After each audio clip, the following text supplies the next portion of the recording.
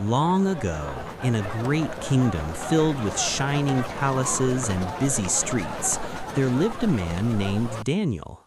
He was not born in that land, yet he had risen to become one of the most respected leaders in the entire kingdom. People trusted him because he was honest, wise, and kind. No matter what he did, he always did it well. The king, Darius, noticed this too. He admired Daniel more than all his other officials. While others often argued, competed, or tried to impress the king, Daniel simply did his work faithfully. Because of this, the king began to think about placing Daniel in charge of the whole kingdom. But not everyone was happy about Daniel's success. Some of the other leaders grew jealous. They whispered among themselves, their hearts filled with anger. "Why should Daniel be above us?" they said. "We must find a way to bring him down." So they watched him closely. Day after day, they looked for faults in his work. They searched for mistakes, hoping to catch him doing something wrong.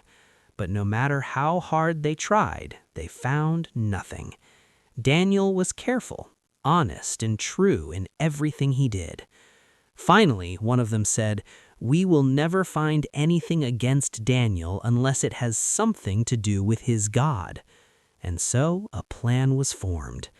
They went to King Darius with smiles on their faces and cunning words on their tongues. "O king, live forever," they said. "We have all agreed that you should make a new law. For 30 days, no one should pray to any god or man except you. Anyone who disobeys should be thrown into the lion's den." The king, not realizing their true intention, was pleased. The idea made him feel honored. Without thinking too deeply, he agreed and signed the law. In that kingdom, once a law was written and sealed, it could not be changed. The trap was set.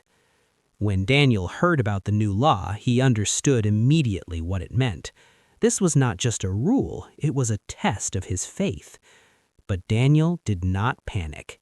Instead, he went to his home, just as he always did. Upstairs, there was a window that faced toward Jerusalem. 3 times a day, Daniel would kneel there and pray to God, giving thanks and asking for guidance. That day was no different. He opened his window, he knelt down, and he prayed. He did not hide. He did not stop. He did not change his habit. His faith was stronger than his fear. Outside, the jealous leaders were watching. The moment they saw Daniel praying, they rushed away, eager to carry out their plan. They hurried back to the king. "Did you not sign a law that anyone who prays to any god or man except you will be thrown into the lion's den?" "Yes," the king replied, "the law stands." "Then Daniel," they said, "has broken your law. He still prays to his God 3 times a day." The king's face fell. In that moment, he realized he had been tricked. He cared deeply for Daniel and did not want to harm him. All day long, he tried to find a way to save him, but the law could not be changed. As the sun began to set, the king knew there was no escape. Reluctantly, he gave the order. Daniel was brought forward. Soldiers took him to the lion's den, a deep pit filled with hungry lions. Their growls echoed from below, sending chills through anyone who heard them. As Daniel stood at the edge, the king spoke with sorrow in his voice. "May your God, whom you serve continually, rescue you." Then Daniel was lowered into the den. A large stone was rolled over the opening, and it was sealed with the king's own seal. There was nothing more to be done. That night, the palace was quiet.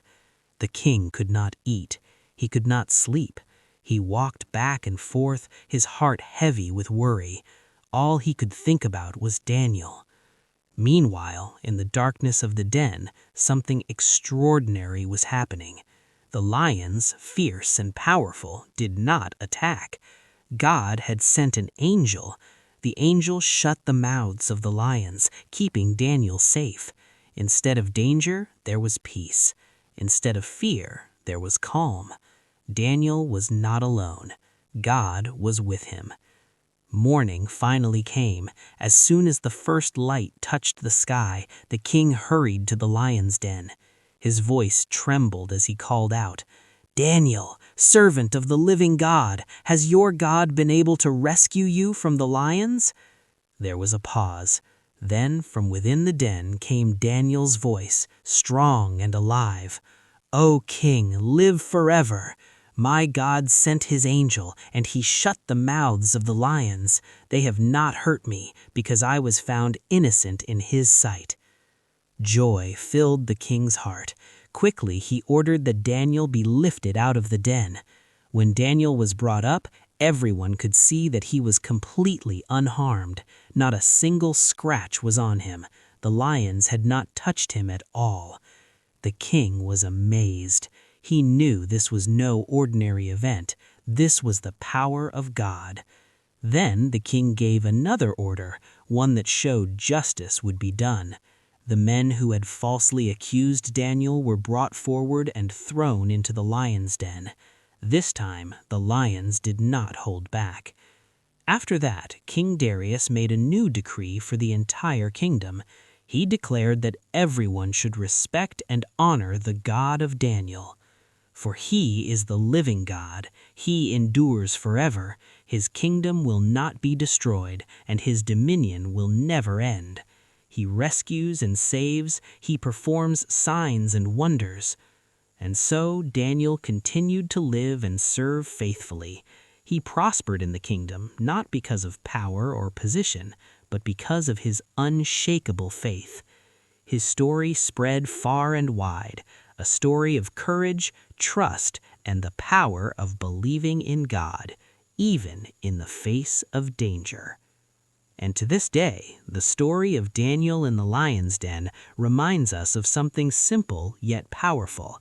No matter how dark the night may seem, and no matter how fierce the lions may appear, faith can bring light, peace, and protection in the most unexpected ways.